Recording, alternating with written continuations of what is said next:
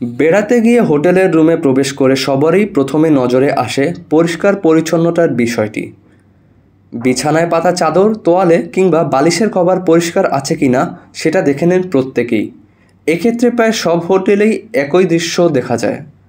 সেটি হলো হোটেলের বিছানায় পাতা চাদর, বালিশের কভার কিংবা তোয়ালের রং সাদা। কিন্তু কেন এমন হয়? সাদা রঙের কাপড়ে তো দ্রুত ময়লা লেগে যায়, সাদা কাপড়ের দাগও সহজে উঠতে চায় না। অন্যদিকে রঙিন কাপড় পরিষ্কার করা সহজ।